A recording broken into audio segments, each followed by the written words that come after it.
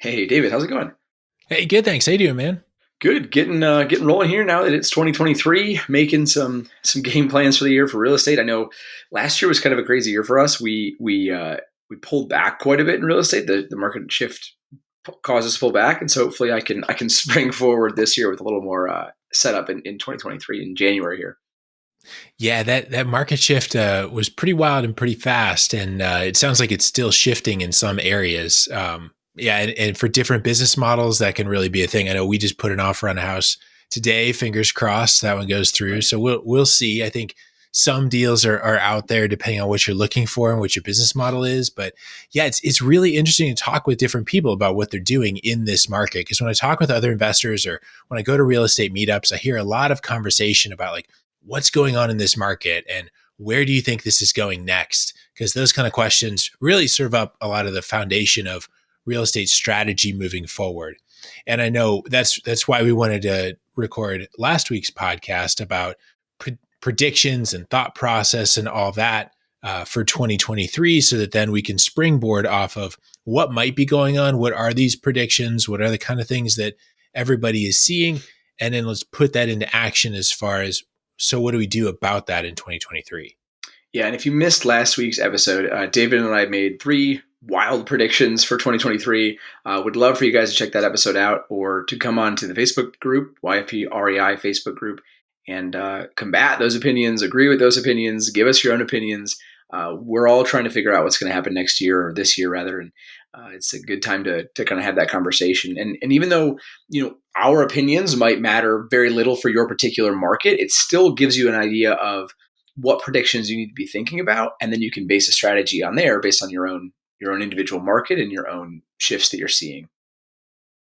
Absolutely. So to show then what we're talking about from that too, we wanted to follow up last week's wild prediction episode with these 2023 strategies, going from predictions to strategies. So again, this could be very different depending on your investment model, depending on what part of the country you're in. So we want to stick again to thought process and rationale, just kind of like we did last week, where the predictions matter not as much as how we got there. So we'll do the same thing here. We wanted to try to connect those dots with what to do about those predictions moving forward. Yeah, absolutely. And I'll put my realtor hat on for just a quick second and just emphasize that again. Real estate is local, right? We're going to tell you some trends, but those trends can be totally different in your market. I mean, I'm seeing even in my own broad market, there are neighborhoods where I'm still competing with others on multiple offers, and other areas where a property won't move for weeks. So it's very localized. It's very specific to your individual market. And keep in mind too that even though we like to think, right, I always like to think in 12-month blocks, right, year long blocks. The calendar year does not necessarily mean the market year, right? It can shift at any time. It can Mm-hmm. change at any Mm-hmm. time. And so just because we plan things out in these nice chunks of 2023 versus 2022 doesn't mean that those trends are going to follow that same calendar year. For sure. Uh, Speaking of those trends and what we've seen, how about we just walk back a little bit into last week in terms of some of these predictions? So just to make sure we're all on the same page, Nate, can you bring us up to speed on what were some of the three key predictions that we had last week? Yeah, so I mean, we gave a whole bunch of Tim Baker answers, right? It depends, but we try to put some real numbers on there for you guys. And so the kind of the three major concepts we talked about. First was interest rates. We think that with interest rates being much higher than they were a year ago, that's going to continue to fluctuate, right? There's arguments for it going higher, arguments for it to go lower, arguments for it to stabilize, and so we kind of gave our predictions on that. The next part was on rent rates and the rent prices rather, and we've seen that cooling in some places. And our expectation is that the high cost of living areas, we're going to see further cooling, whereas the more middle market areas, lower cost of living locations, those we're going to see continued price increases or at the very least some stabilization. And then we talked about house prices in general. And again, there's tons of opinions out there about whether or not they're going to drop or if they are going to drop by how much. And so we gave some thoughts on that as well. So those were kind of the three major areas that we focused on and made predictions on in last week's episode. Yeah. And I think I'll just double down on what you were saying about this all real estate is local, right? Because there's some markets that saw just absolutely incredible real estate price increases over the last 2 years. And so price corrections may mirror that huge spike, it may come down fast. It may be that markets that had lesser growth may have lesser dips. We'll just kind of see how this all plays out. But it does seem like in a lot of areas, this hysteria of the market. There were some that we would put on the market, and yeah, so many offers so fast. It was just wild, and that's just not sustainable for these huge over asking price offers. So as we see some pullback from that hysteria, I think it's very reasonable to expect that some areas may fare better and some may fare worse in the market as a whole. Yeah, so we're going to dive deeper into a few of those conclusions. Specifically, want to get into how we came to those conclusions. And again, if you'd like to give your own opinions, head on over to the YFP REI Facebook group, drop them in there. We'd love to hear more from you guys. Yeah, but back to actionable next steps, because that's where we want to go. So, Nate, can you help connect the dots as far as why someone might still want to buy real estate, even though a lot of people are predicting the prices may drop right now? Yeah, it's a great question. And I think I'll tie this to something that a lot of other people are talking about at the moment. So if you were going to buy Bitcoin today, right? Talking about cryptocurrency on a real estate podcast. But, if you somehow had advanced knowledge and you knew it was going to drop by 5% this week, you probably wouldn't do it, right? You'd wait. You'd wait for that drop in 5%. But if you apply that logic to housing, it doesn't really work that same way. You don't have that crystal ball, just like in anything in stock market investing, in cryptocurrency investing. You just simply don't have a crystal ball. You don't know that it's certainly going to drop. And to make it even worse, we're not talking about just Bitcoin or just Dogecoin or pick your favorite cryptocurrency, Mm-hmm. right? Every individual house is different.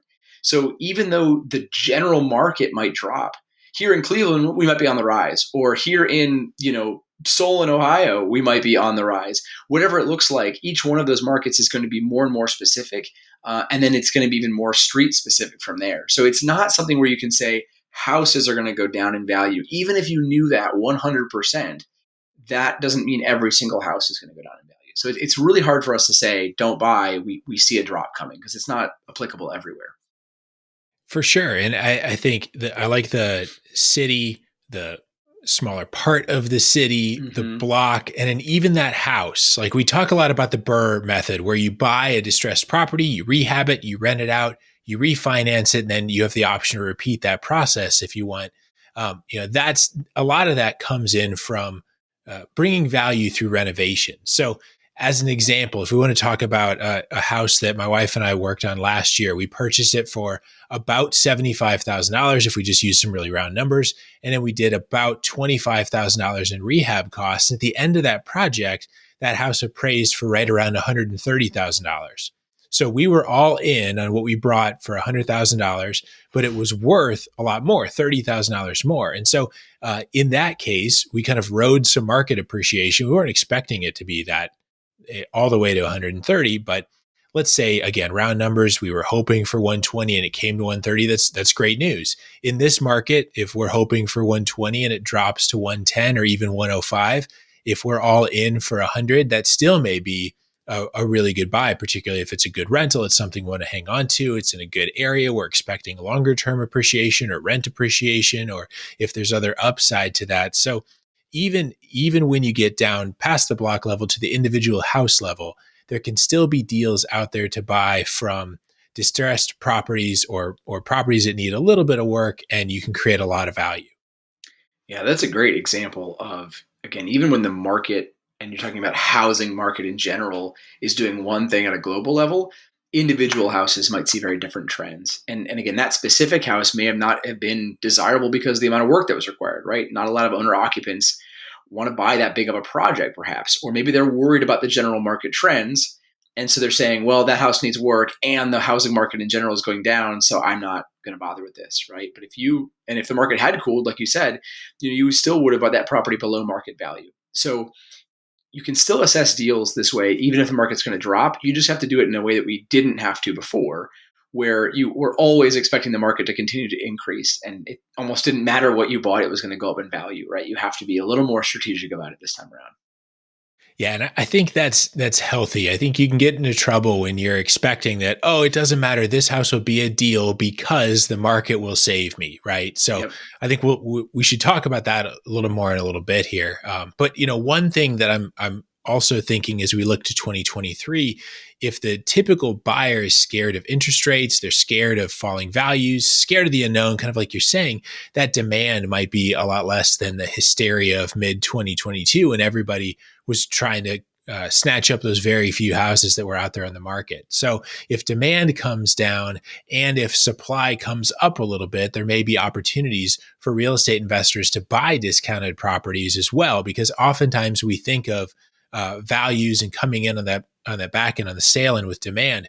But as real estate investors with our purchasing hat on, if we don't have to compete in those multiple offer situations to buy things, there may be a lot more deals out there finding those properties that need a little bit of work where there's potential to add value. Those purchasing opportunities may become a lot more real here into 2023 also.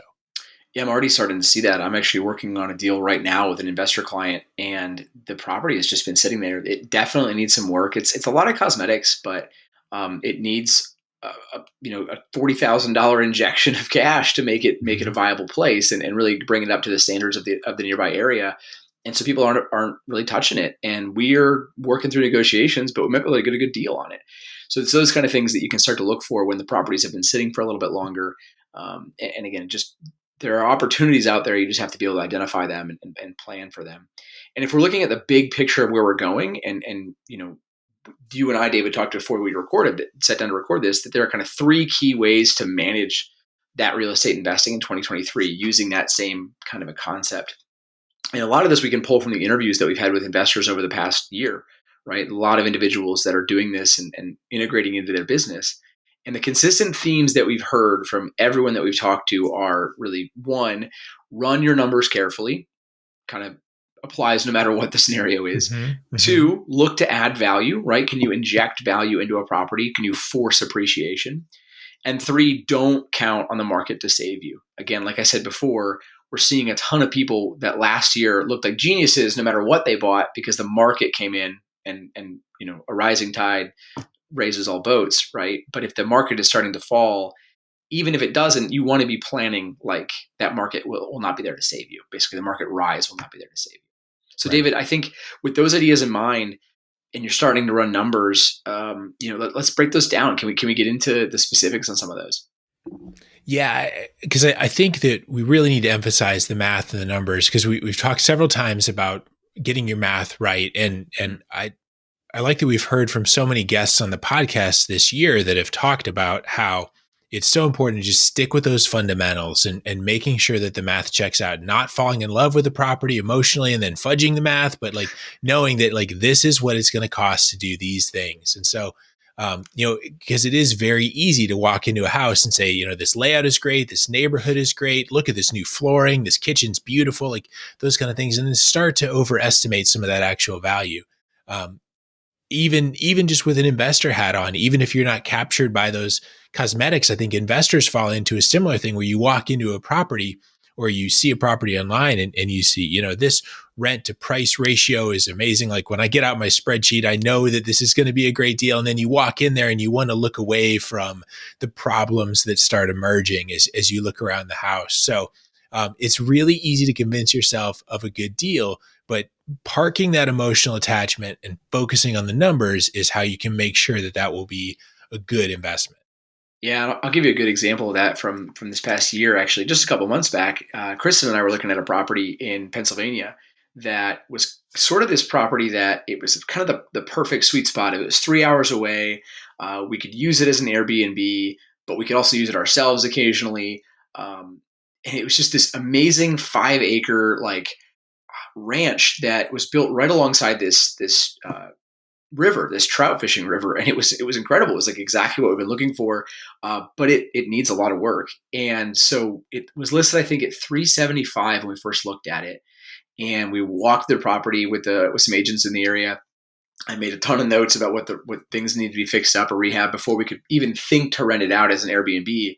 It basically came down to it was going to be about a $60,000 to $70,000 rehab just on the stuff that I could see without an inspection, right? So huge amount of work. And we started running numbers, looking at comps, looking at the dollars that would be coming in from an Airbnb perspective, running everything we could possibly think of from a math perspective. And to make everything work, we needed to be at like $280,000 for purchase price for this to even be remotely feasible in terms of value. And even though we loved this property, right, it would have been such a cool place to visit with the kids. Just it did not make financial sense. We would have been buying a property at a loss, and it wouldn't have panned out. And again, the goal was make it an Airbnb and then use it occasionally. But it was really easy to fall into the trap of, well, why don't we just use it a whole bunch and then occasionally Airbnb it, and who cares if we lose money? But like we could not get into that mindset because it was an emotional decision. And we had to kind of step back and make a financial one. So I think that property is still in the market in case anybody's interested. But I think it's still listed like 350,000. So it's just, we're nowhere near close to being at the right value for it yet. Yeah, and it really it's really important to look at those rehab costs too, like you mentioned, because those can balloon without realizing it. There was Absolutely. a property we looked at too that was also a short-term rental that we were really excited about. We thought this could be really fun. It was in kind of a historic district right by water. We thought this would be really cool. Got inside and looked at the basement, and there was a big foundation issue on one side of the basement where there was water coming in, and the wall got pushed in, and it was kind of collapsing. That felt really scary, and so we could look away from that and say like, well, maybe that could get cleaned up fast. Maybe we could get that done for a few $1,000s. But no, that's just looking around things because you fall in love with the property. So instead, again, we have a fantastic realtor that we work with. The realtor had a basement person. By putting all those pieces together and getting a much more reasonable quote of what that was going to be, we realized this just doesn't make sense. We can't make the numbers work. And so, yeah, on to the next house. Fortunately, there's a house on every corner, so we can keep looking and find something else. But yeah, those rehab costs, just getting realistic with what's going on matters. Yeah. And if you're thinking about running your own numbers, again, use the experts around you, right? Either your realtor might know good rehab numbers, or you can get a contractor in to give you quotes, and then actually put those into a spreadsheet, right? One of the worst things you can do is ballpark it on the back of a napkin and just guess and hope for the best, right? Because you're really going to set yourself up for failure. And if you're looking for a good spreadsheet in terms of, okay, now that I've got my rehab numbers, I want to put everything in and see what the return would look like on a BRRRR or on a buy and hold. We have a property analysis spreadsheet that David and I built. You can head over to yfprealestate.com, yfprealestate.com. There's a button right there that says download the property analysis spreadsheet.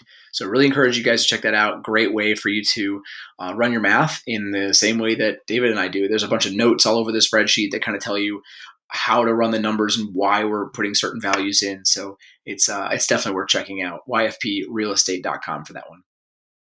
Yeah, I think that can be very helpful for the deal analysis, just to put it all on paper. It's numbers like pharmacists are used to looking at, right? Mm-hmm. So you could figure out if the return is what you're looking for, and move on from there. So part of the deal analysis, one of the cells on that spreadsheet is the rehab costs, and really that goes into the value of finding ways to add value to a property through renovation. And so I really like the value add strategy because, again, kind of like the earlier example, if we're expecting that the house will be worth X number of thousands of dollars more than your all in costs from purchase and rehab, well, then that creates a lot of cushion if the market drops. And so, from just a safety standpoint, again, talking with a lot of safety oriented pharmacists, that value add strategy by buying a discounted property and fixing it up seems like it can be a really good fit. Even if your rehab budget goes a little bit out of control or something else happens, if you have a decent margin in there between your all-in costs and what the property is worth, that can really be helpful at the end of the day. Yeah, you're reminding me of a property we bought. I think it was last year, or the year before, and it needed so much work, and it just kept getting worse. Right, every time we'd go to that house, I feel like there was another problem coming out of the walls, and so we just kept putting money into it. But the good news was we bought it at such a value discount that when we started adding that value back in, we took what was going to be becoming an uninhabitable property for a person that was actually living there, and turned it around to something that was actually habitable and really nice. And again, it's doing really well now. So it can be a challenge, and it can be frustrating when things like that happen, when the dollars just keep kind of coming out of your pocket. But if you're buying right and you're expecting the worst to happen, right, and you're adding in these extra costs and the potential for these extra costs, you can still be successful even when that does occur. It just has to be bought at the right price point. Yeah, and I think you make a really good point there too about needing that emergency fund for that house, because no matter how much inspection and contractor walkthroughs and estimates you do, there's still stuff that comes up, right? Yeah. And things that happen along the way that need to be corrected. So, we just had a main sewer line go out on a property a couple weeks ago that ended up being several $1,000s that we weren't expecting, we weren't planning for, but stuff happens, and so you need that emergency fund there. Sometimes it's stuff like that can drive up value by making repairs. Sometimes it's cosmetic updates that drive up value. If you're buying a super ugly house that's just dirty inside and no one wants it because it just isn't clean, and so by cleaning it and doing paint and flooring, you can increase value. Sometimes one of the other strategies we've talked about is buying a house with a problem tenant situation, where maybe the landlord owner is just frustrated with the whole thing and they just want to sell the house with a tenant in it. And you may be able to buy it and move on from there. Either help the tenant find a new place to live, or get the tenant back to paying again. We had one where the tenant and the landlord just were not getting along. We bought the house, and by going in and showing good faith and making a few $1,000s of fixes right away after we bought it, the tenant went from not paying to paying, and they're happy and they want to stay there. And so hopefully that continues to be the case. So sometimes just these bad tenant situation properties can be a value add. I know one of the other ones that you and I both talked about several times is, how can you find a 2-bedroom house and make it into a 3-bedroom or 4-bedroom house just by adding or moving walls? Sometimes it's not even putting a big addition on a house, but if there's a house that has a awkwardly large bedroom, there was one that we bought years ago where someone had taken a 3-bedroom house and they knocked a wall down between two of the bedrooms because they wanted a really large master suite, which is cool, but it dropped the property value because in our area, at least, a 2-bedroom house did not sell as high as a 3-bedroom house. So we were able to buy it and put the wall back up and create a lot of value that way. So, in the end, there's market appreciation, which we're all very familiar with in the last 2 years, but then there's forcing appreciation through some of this rehab. So even in a declining market, if you can force appreciation and increase value like that, and find that wall that you can put back up, find that house that's got the ugliest paint colors and ugliest 70s carpet and replace that, then maybe you can create some value that way as well. Yeah, I just saw one of those, 2 weeks ago now. Somebody knocked down the wall, or most of the wall, between the second and third bedroom because they wanted to make the second bedroom into their massive walk-in closet. And it was really cool, but it tanked the property value because they just knocked away a bedroom in what was a 3-bedroom house. Now it's a 2-bedroom house. It's totally different scale. So yeah, I've seen that as well. Yeah, and those things can really detract from someone's interest in purchasing the property too. And so as we walk into a market where there's going to be more things on the market, you used to be able to 6 months ago put the worst house, put a for sale sign in front of it and get multiple offers right away, even when there were huge detractors of that property. So now you may have opportunities to get some of these houses like this that are a little bit less desirable, but get them at a much better discount than you could a while back. Yeah, and especially as we're seeing the inventory start to shift, I think, what I'm seeing right now is that there are properties sitting on the market that, if they are that kind of the worst house, right, like you mentioned, they are just sitting there. They're not being purchased because buyers have the ability to be a little bit more selective than we were in the last 2 years. And so on the investment side, on the owner occupant side, I'm seeing it pretty commonly where those houses that need a ton of work or that really are at the edge of being worth it, they're just sitting. It's not worth it. It's easier to wait for the next property to come along, or look at the other 5 houses that are available down the road. And it's not quite that available yet, but we're starting to see that turn toward a bit more of a buyer's market, at least considerably more than we did, in the last 2 years. Yeah, I think that's one of those aspects of the market shift. And Nate, I know the third thing we wanted to talk about was the where the market is going and how the market may not be worth counting on the market to save a bad deal. So with your realtor hat on especially, can you explain that concept that we've teased a couple times now of not counting on the rising tide to save a deal? Yeah, absolutely. I think, when the market was increasing 20% a year or whatever it has been for the last year, it was pretty easy for just about anybody to buy a house on the MLS. You could pay full price or even over asking price in a lot of cases, put a tenant in the property, watch it cash flow because the mortgage rates were so low, the interest rates were so low, and rents were rising. And the property would even be worth more at the end of the year, right? You could turn around and then sell that property and put money back in your pocket. And even if that property didn't turn out as a great rental, that 20% appreciation, it just, it was easy to walk away with a big check. Like I said before, Mhm. everybody looked like geniuses because it was easy to buy a deal, just because the market kept bringing everything up. And some of that may have been skill, right? There's absolutely people out there that bought great deals over the last 2 years. I have no doubt about that. But also there was a fair bit of just market forces driving everything to look like a great deal at times. Yeah, and I think it's important for investors to be honest with themselves in that overarching real estate market trends of looking at what were the contributing factors that made that a successful deal or not. Was it that the market saved that? Or was it that there was something that was done at the purchase or rehab process that really created value there? And so, particularly for value add investors, if you do like going in and buying ugly houses and making them less ugly, if that's your approach to real estate investing, then yeah, was that working, or is there something that needs to change up? I think that this is a good time for reflection onto deals that happened in this last year or two, and uh, do I need to be more disciplined, better with the spreadsheet, better with my rehab math, better with whatever, in order to make sure that houses continue to be deals moving into 2023? Yeah, and I think the thing to keep in mind, like we mentioned earlier, is that the corrections are going to be different if there are corrections. Again, if there, I think there will be. Mhm. They're going to be in certain market segments, right? It's not going to be at every price point. It's not going to be in every location. But I think those areas of the country or the areas, the neighborhoods where we saw just huge, huge increases in value year over year over year, I think there has to be some pullback on those. And so those are the ones where I'm keeping an extra close eye and trying to be more diligent about it, like you said.